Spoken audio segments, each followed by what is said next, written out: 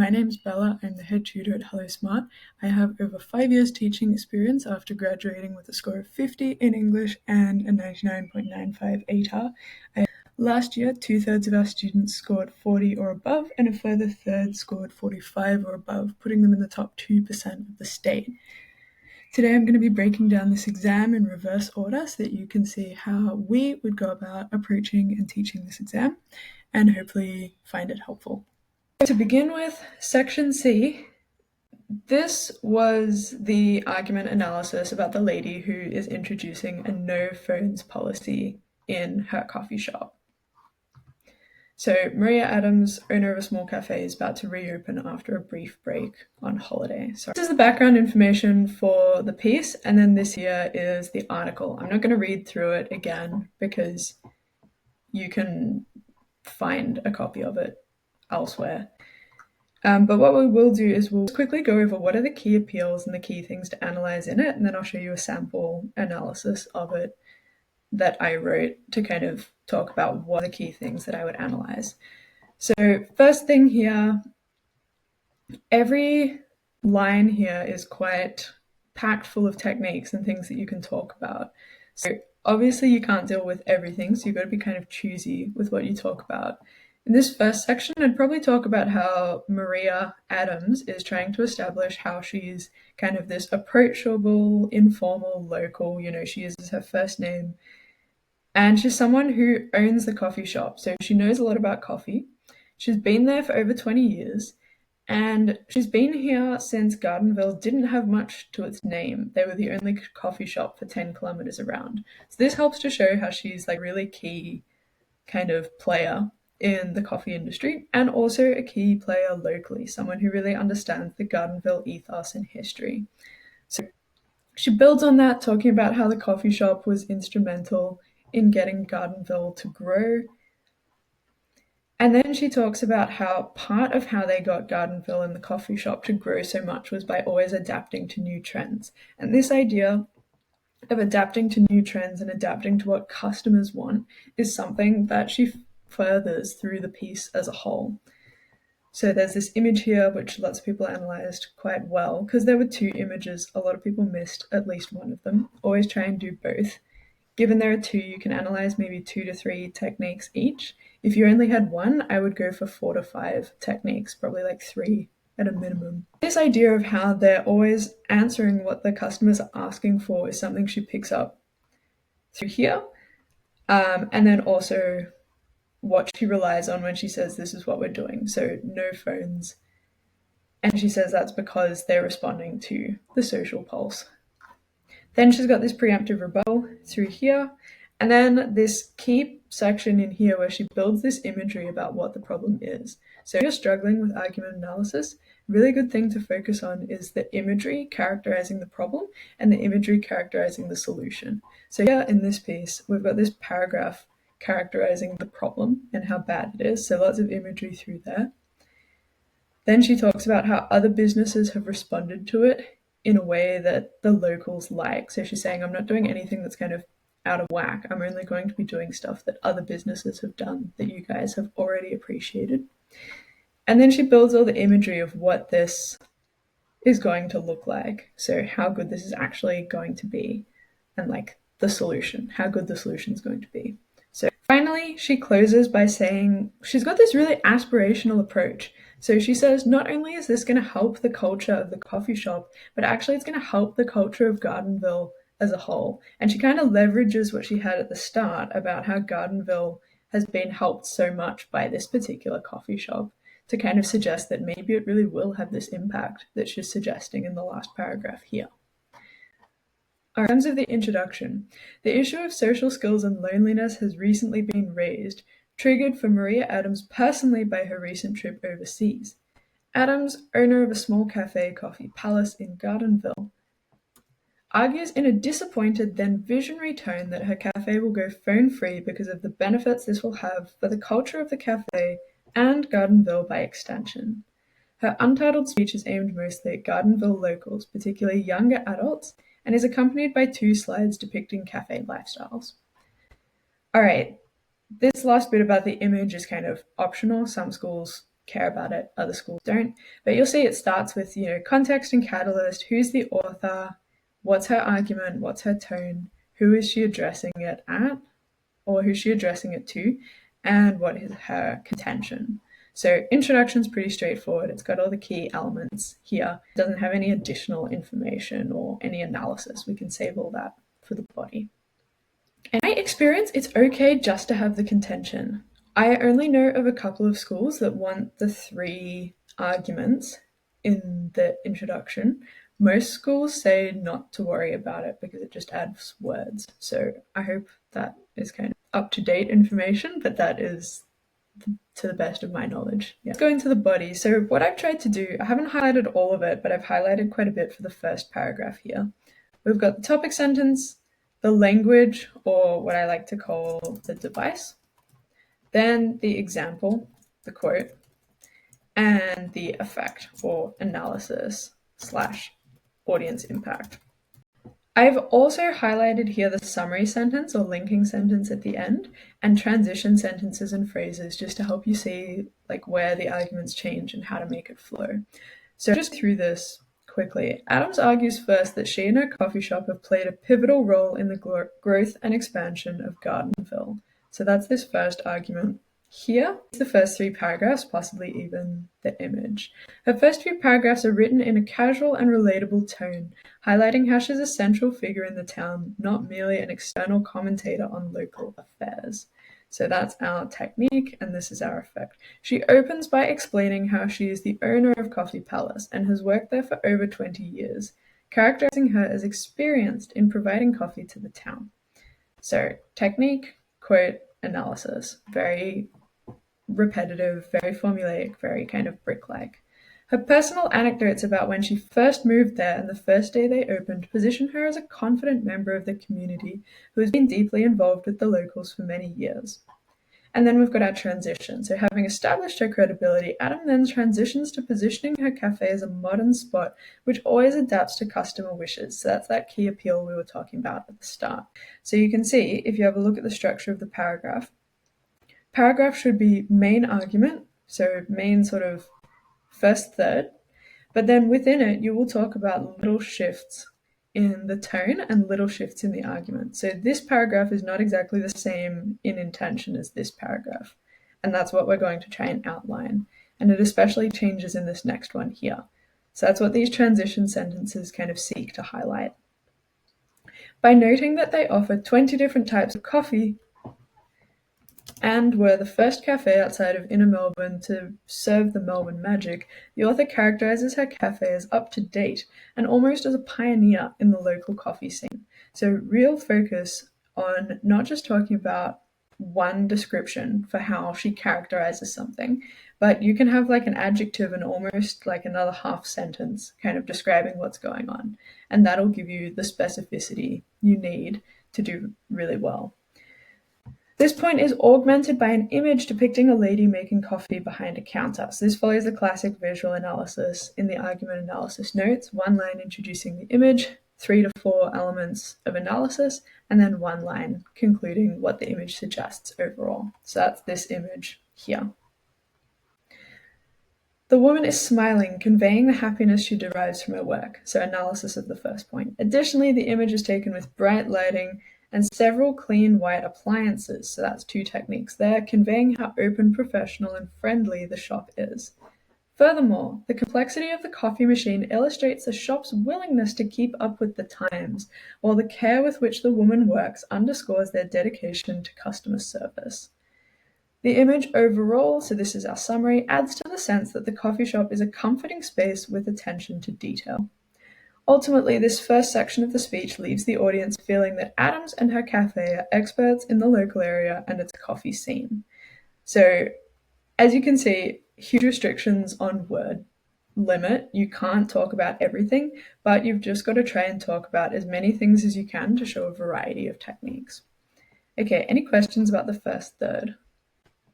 That's a good question. So I always used to jam in lots of quotes, and as I used to probably try and fit 12 or 14 quotes per paragraph, but it wasn't necessarily that I was analyzing 12 or 14 techniques. Often I'd be analyzing maybe 6 or 7 techniques, and I'd just have multiple quotes to show it. So particularly for things like imagery, you might have 3 or 4 quotes just to help explain the image that's being built. That said, I've seen people get 50s and premiers awards really not analyzing that much in their body paragraphs, but just going into a huge amount of detail in it. So both styles work. I would say whatever you do, just make sure that your word choice is really accurate and that you are going into lots of detail. Because even the people who have that very brief style of analysis, they're often quite concise and incisive in what they talk about. Like their word choice is very accurate, they get straight to the point. So the key part of this next point is how they're keeping their finger on the social pulse and how this is a response to what people actually want and how people are so lonely. So that's kind of the thing we have to convey in body paragraph 2. So I'd say something like, with her credibility well established, Adams is now free to go on to introduce her no phones policy. So again, we're explaining the progression of her argument and her points. Why does she structure it in this way? Doing so with great pride conveys her confidence in the decision, which is emphasized by her humorously informal tricolon, noting that there will be 0, nilch, nada phones in the shop.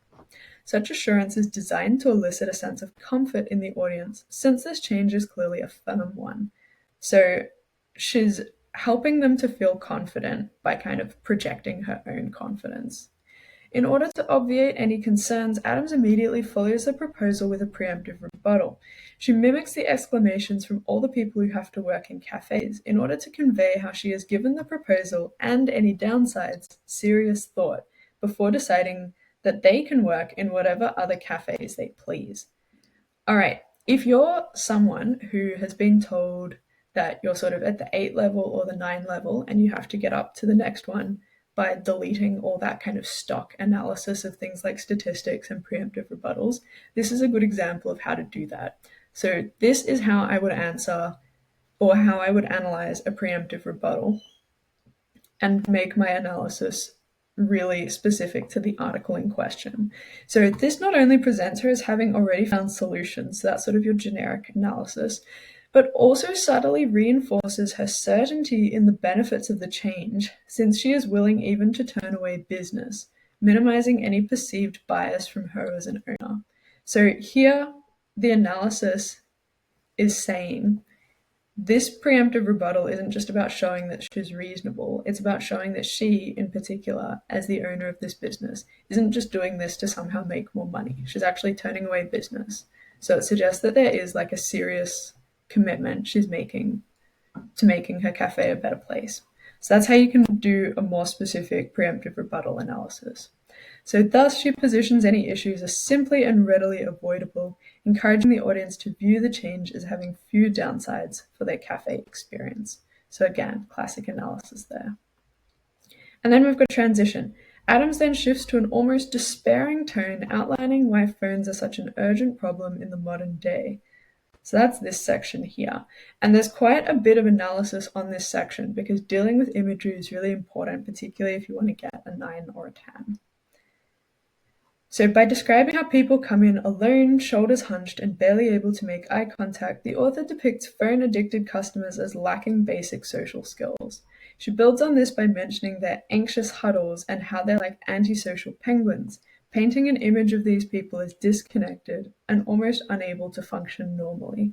So if you've ever had any feedback that you need to have more focus on connotations, more focus on imagery, and more focus on how the author characterizes the issue or the solution, this is how you should do it. This is the imagery analysis here.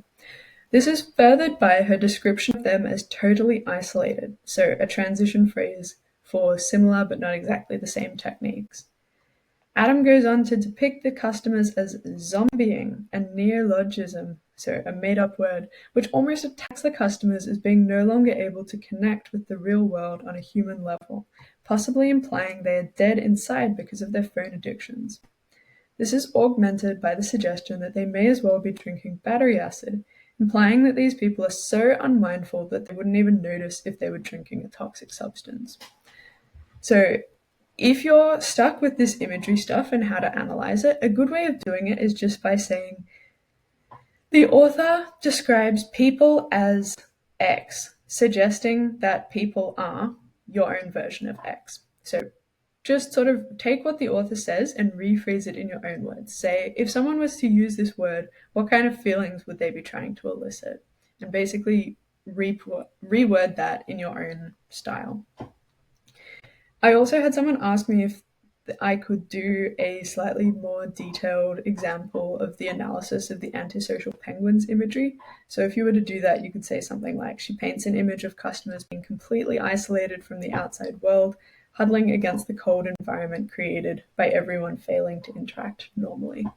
So finally, Adams closes by painting an aspirational image of what the cafe will be able to become after the implementation of this policy, in order to cement it as the ideal solution to the problems of antisocial clientele. So now that she's built up all these problems and talked about why they're so bad and why they're so impactful, now she's going on to talk about, I can cure this isolation and loneliness that you feel. This is what the future is going to look like. So she reinforces how young people often have zero close friends, characterizing this as an urgent problem which requires fixing. By noting the success of local establishments such as the library and the Green Pub establishing low-tech, socially focused events, she transfers her profound confidence into the listeners. So this is another good way of talking about emotions that are created. So authors don't always transmit their emotions to the audience, but in this case, because she's got such strong confidence built in the first half of the piece, and she's trying to convey that in the second half, you can say that directly. Helping them to feel that if such events are already working in the town, this change by the cafe is just the next in their long line of jumping on customer wishes, rather than some external imposition of an alien belief system. So analysis of multiple aspects of this technique here. So by talking about how it works in other establishments, not only is she saying, I'm confident that it's going to work and you should be as well, but she says, it's already working in this town. So if it's already working in this town, then it'll definitely work in my cafe. And more subtly, if it's already working in this town, then it's clearly something that you guys already want. So I, as the author, am only responding to what the town has already asked for. I'm not just trying to impose some external thing that I found while I was in Europe, basically. So that's a particularly good thing to note. You could even add on here, this is something that perhaps would be even more relevant given she's just come back from overseas. So it shows that she's not just trying to apply some overseas thing to the Gardenville locals. She's suggesting, no, this is something that you guys have actually already demonstrated a wish for. Any questions about that? Because that's quite a multifaceted one. You've just got to do lots of practice pieces, and these kinds of things will start becoming more apparent. You've also got to kind of make it up a little bit. So yeah, as long as you can kind of justify it, it works. Unfortunately, there's no shortcut to like spotting this stuff. It's just a heap of practice and trying to really think about the pieces. Best thing I can say before the exam is maybe go over all the articles that you've done and really think about what are the appeals that are being brought up, and try and analyze those appeals and those characterizations, because a description of that imagery is going to be really what sets you apart, basically, because a lot of people miss it. Adams then addresses it by building a sense of community that the no phones change will bring. I think wording there needs a bit of touching up. She constructs an image of a cafe inspired by food, joy, and time with friends and family, a veritable second home. So note as well, the entire purpose of some of these sentences is just to hold the quote. So you start with the quote and you construct the sentence around it so that it fits grammatically. She furthers this imagery through connotative references to loved ones and laughter, positioning the change as truly likely to cure their sense of displacement. Adams then goes further, positing that this update will be the turning point, possibly even for the town, the next step in sparking bake stalls, garden parties, and lemonade stands, possibly eliciting a sense of nostalgia, particularly in the older segment of her audience, who may remember back to their childhoods when such community events were more common. So this is a really good example of segmenting the audience. I always try once per argument analysis to try and pick one part of the piece, or, if it's obvious, two, which really stand out as being targeted to a certain subgroup of the people reading or listening. So in this case, this is kind of referring back to a simpler time, a more nostalgic time back in the past when these people growing up in the 80s were kind of enjoying big hair and lemonade stands. And she's trying to bring that nostalgia back, basically. So this is something which you could just analyze by itself as creating sort of a sense of community and nostalgia, but where you can go a bit further if you talk about that specific niche part of the audience. This characterizes the cafe as a trailblazer in the town, building on the reputation established at the start for how it helped the young city folk initially flock to Gardenville. So this kind of links the end to the beginning, because at the start of the piece, she talked about how the cafe has been key for getting more interest in the town. So she kind of suggests that it might still be kind of on that trajectory of helping build the town. So by going forward, by introducing the no phones policy, she is now suggesting that this is going to further build the Gardenville culture as an extension. So she's kind of suggesting that we built the town before and we're going to build it again. Make Gardenville great again. To conclude, she marries this sense of hope with any lingering concerns about being separated from phones, urging clients to take a leap of faith and focus on becoming more connected, not just online, but also in person. So I always find it really good if you can, especially if you're not going to write a conclusion, to analyze the last paragraph and in particular the last line. So if you analyze the first line and the last line, it gives a really nice cohesion to your piece. And it means that you don't have to spend the extra 2 minutes writing a conclusion if you're kind of pressed for time. Okay, we are going almost exactly to time, which is great. Did anyone have any questions about section C? Yeah, you lose points if you didn't mention the image in the introduction. I don't think so. I can't imagine someone being docked points for missing things in the introduction. It might like slightly weigh against you at like the 9 to 10 level, but I don't think so. I haven't seen that sort of prescribed as like an essential thing. It's not like missing the contention, say. Also, one other thing I've just realized here is this last paragraph was meant to include an analysis of the second image, and it does not, but you would definitely want that. You'd want to analyze at least 2 to 3 aspects of this picture. You don't have to do it in quite the detail that it is here. This part was written as an example for how you would analyze if you just had one image. Okay, section B. So this is the next part. Overall, I feel like section B tends to be reasonably poorly done, which I think is probably just because it's the first year and a lot of people haven't sort of seen many sample pieces for how to do it well. It's really hard to get your hands on good ones, and none of them are really assessor approved yet because we don't have an examiner's report. So that's been kind of unfortunate. But I can say there are a couple of things which have really helped people stand out in section B. So particularly for this exam, but also for all the practice exams people have done. First thing I would note that is really important is connection to title. So have a look at the exam criteria. There's basically only 2 things that they want. 1, interesting ideas linked to the title. 2, clear purpose, cohesive and clear purpose. That is it, basically. Aside from that, it's just like how well can you write. But honestly, whenever I've been grading papers and discussing with the other markers who've been grading practice papers as well, there's really like 2 things that come out aside from quality of prose. It's just, do you have interesting ideas? Is there a clear purpose? Like interesting ideas with a clear purpose, and is it linked to the title and the stimulus? So I would say best hack for doing section B is having a really strong connection to title and having a clear message prepared. So most people at this stage are starting to reuse the same types of stories over and over again in their trial exams, which is not a bad thing.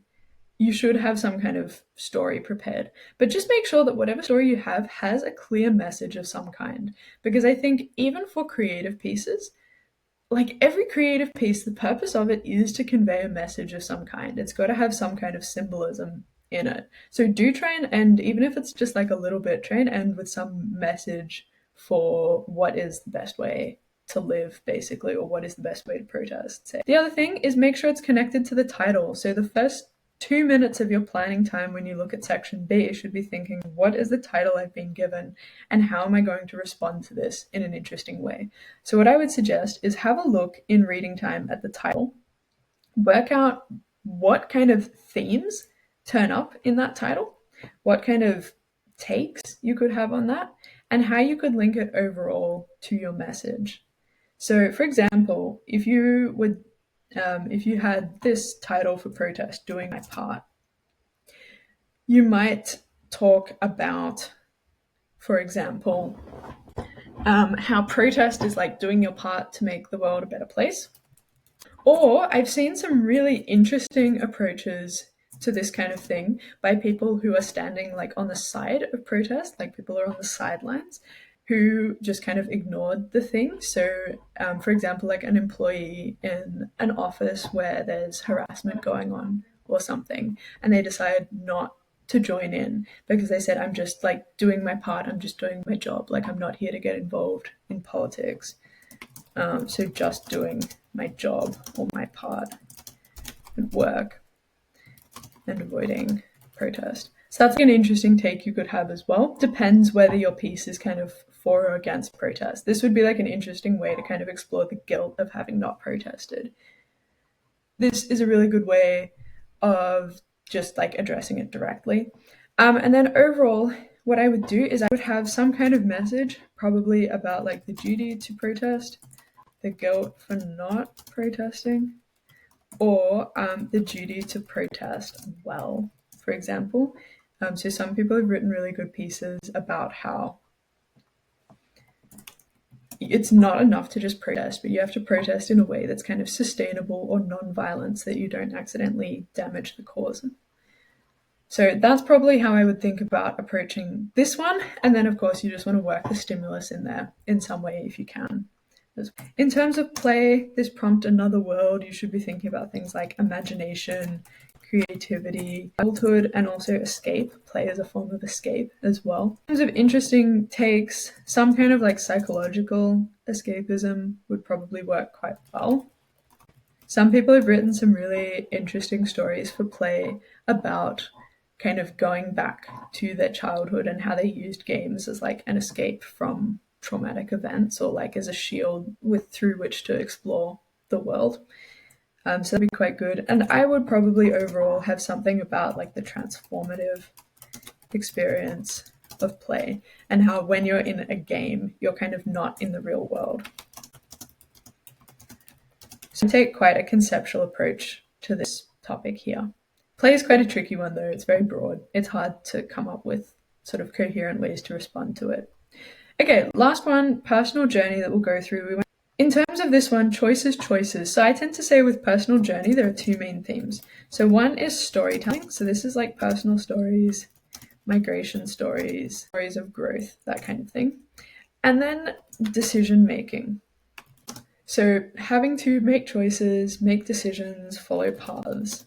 So paths, choices, decisions, all that kind of thing. So I think this one here, personal journey, choices, tends to lend itself much better to the second one about how sometimes in life we are presented with a decision or a choice of some kind and we have to decide which path we're going to take. Some interesting takes I've seen for this one has been people talking about choices they made a long time ago and how that's kind of had like a butterfly effect till now. But anything that's kind of decisions, paths, or how you should best live your life is a good one for this. I think often the message of decision-making pieces is how best to live life. Like kind of come up with in personal journey an answer to that, like what your life philosophy is. So I'd say in terms of overall message here, the easiest one is probably something like how to live best. And there are many different takes on that. You can say the way to live best is to follow your passion. The way to live best is to spend time with family, or the way to live best is to true to yourself. So just whatever you pick, make sure that there's a clear, coherent message and that that's central to your piece. Don't try not to wander too much and talk about other things. But I think overall, if you have a really clear message in your prepared piece and you're able to link it clearly to the title and make your title central throughout, that should work well. Ideally, what you want is when the examiner is reading through the piece, they read through it and they think, yes, this title fits perfectly, basically. So it has to fit conceptually, it has to fit metaphorically, it has to fit literally. And that's what you want to do. The hardest part is making it fit conceptually, which is why I say you should spend the first 2 minutes connecting it to your message. I would say the best way to study for section B is to go through a bunch of prompts. So I actually think thinking about section B as like another text response is actually good because again, like what you're going to have to do in the exam is respond to a title, which is basically a prompt. So just practice like lots of prompt planning for section B as you would for section A. So this time we had students writing on Bad Dreams and Other Stories, Born a Crime by Trevor Noah, Much Ado About Nothing, classic Shakespeare, Oedipus the King, classic Greek tragedy, Rainbow's End, Australian, Sunset Boulevard, film, The Memory Police, We Have Always Lived in the Castle, and William Wordsworth. So classic poetry as well. So I think I'll just go through some of the more commonly answered ones today. Born a Crime, we will have a look at those. So the first one, in Born a Crime, racism leads to many types of injustice. To what extent do you agree? I think in many ways, this is quite a classic racism topic. So I would probably start with different types of racism and how different types of racism lead to different injustices. So I would probably have one paragraph on systemic racism and then another paragraph on interpersonal racism, like that casual social racism that we see. In terms of the third paragraph, you have a couple of options. You can talk again about racism if you want. However, because it's a to what extent do you agree thing, it would be good to have some kind of challenge paragraph here. So you could either say that racism sometimes leads to justice, but I think that'd probably be a hard argument to make. So instead, what I would talk about is how, despite racism, there is resilience, or how other things lead to injustice. So body paragraph 3 options, you can say other things lead to injustice, and probably the easiest one for this would be gender, and you can talk about the domestic violence and the final chapter of the text. Or if you wanted, you could talk about resilience, and that would be a classic paragraph about something like language, humor, language and humor, love, family, relationships, possibly even religion or education, and possibly do a combination of them depending on what you're most comfortable with. On the other hand, if you did topic 2, although he is lighthearted, Noah uses humor as a coping mechanism in Born a Crime. This is a classic humor topic as well. So I would probably have one paragraph on I'd have 2 paragraphs on the use of humor. So one paragraph probably on how humor is used to kind of connect with a Western audience. Well, actually, because the topic is about humor as a coping mechanism, we could maybe do humor as a coping mechanism first, and then we could also do humor/language as a way to connect with others, including the Western audience, like the non-South African audience. And lastly, you could use that kind of clever inverted paragraph for humor, which is where you say, sometimes Noah uses an absence of humor to highlight the severity of a topic. So you could do absence of humor reveals seriousness, for example, of prison or domestic violence. And you can use those chapters to answer this. Let's have a look now at the memory police. So first one, ultimately, memory is a fragile thing in the memory police. To what extent do you agree? This would be the fragility of memory. So again, to what extent do you agree? I'd probably have 2 paragraphs agreeing. So first one, we need 2 types of fragility of memory. So the first one, you could possibly do something like fragility of memory in the face of systemic oppression. So how the memory police actively try to destroy memory. You could also have something about how memory is just kind of like a naturally fading thing, if you want, like the ephemerality of memory, how it's quite intangible. Or if you wanted, an interesting one as well would be the complicity of characters or of the islanders in the memory police, and how complicity in acceptance of the loss of memory hastens that experience. But then again, as to what extent do you agree, I'd probably have a challenge paragraph here, and my third paragraph would be something about how the characters ultimately have some degree of resilience. So they at least have the power to choose how they respond to the disappearances. For the other one, the memory police suggests that memory is the foundation of identity. Here we've got a topic about memory and identity. So we need two ideas linking memory to identity. So one, I would probably do individual memories plus the link to identity. And then it would be good to talk about the link between human beings, human connection because of memory. So human connection and shared memories is a bridge between people building identity.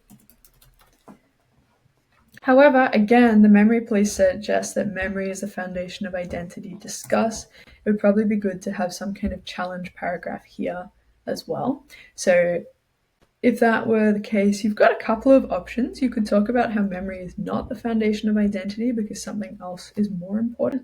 Or you could say how memory can't be the foundation of identity because it's erased by the memory police. So if you wanted to have more of like an erasure oppression argument. Personally, I think the easiest thing to do though would be to just talk about other things which are foundational to memory. So again, possibly you could have something about like resilience, resistance, free will, and how even if you don't have memories, you still have sort of resistance and like your inner free will. So that's probably what I would do there. On Sunset Boulevard, I'm just going to go through this one quickly because it's quite a common. So first one here, manipulation and love are the two sides of the same coin in Sunset Boulevard. This is a very tricky topic. Don't think I would recommend picking this one on the day because it's quite random unless you're someone who is very comfortable with these particular themes like manipulation and love. Probably what I would try and do is make it a manipulation topic. And first of all, I would talk about how manipulation and love do coexist. So coexistence between love and manipulation. I talk about times when manipulation and love are not the two sides of the same coin. So, for example, when there is pure emotion or ostensibly pure emotion. So I would probably talk about Betty and Joe here. However, we still need something else about the coexistence of love and manipulation. So I would try and split this into two ideas. The first one would probably be something about like when this is toxic. And the second one would be times about, so probably when it's toxic, because I think the times when it's not toxic are going to be covered in here and there won't be much extra to talk about. Maybe make this first one like intentional manipulation, so Norma and Joe's relationship being quite intentionally manipulative. And then the next one I would talk about perhaps unintentional manipulation.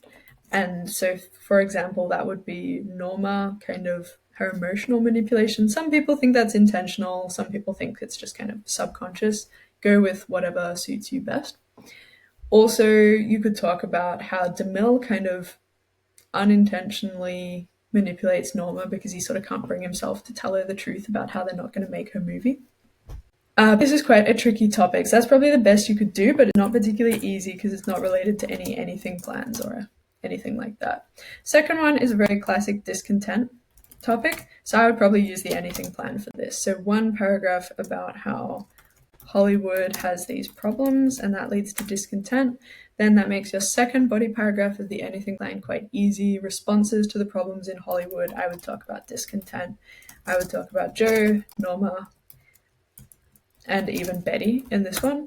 And then lastly, manipulation and love not being, And then lastly, discontent not being at the heart of Sunset Boulevard. I would probably talk about fulfillment, and that would be my challenge paragraph. Okay, Oedipus the King, we had quite a few people do this one as well. So consequences of self-knowledge. So firstly, I would probably talk about, mostly I would talk about the consequences of self-knowledge. I'd also maybe talk about some responses to this. So I'd probably have one paragraph about people who run from self-knowledge. Then I would also have a paragraph of people who try to chase it. and then one paragraph about the consequences of finding yourself and kind of the tragic end that precipitates in the text. Again, other ways of doing it, but that's just how I would think through it. For this one, characters in Oedipus the King are ultimately responsible for their own downfalls, responsibility. I would probably have at least one paragraph about how people are responsible.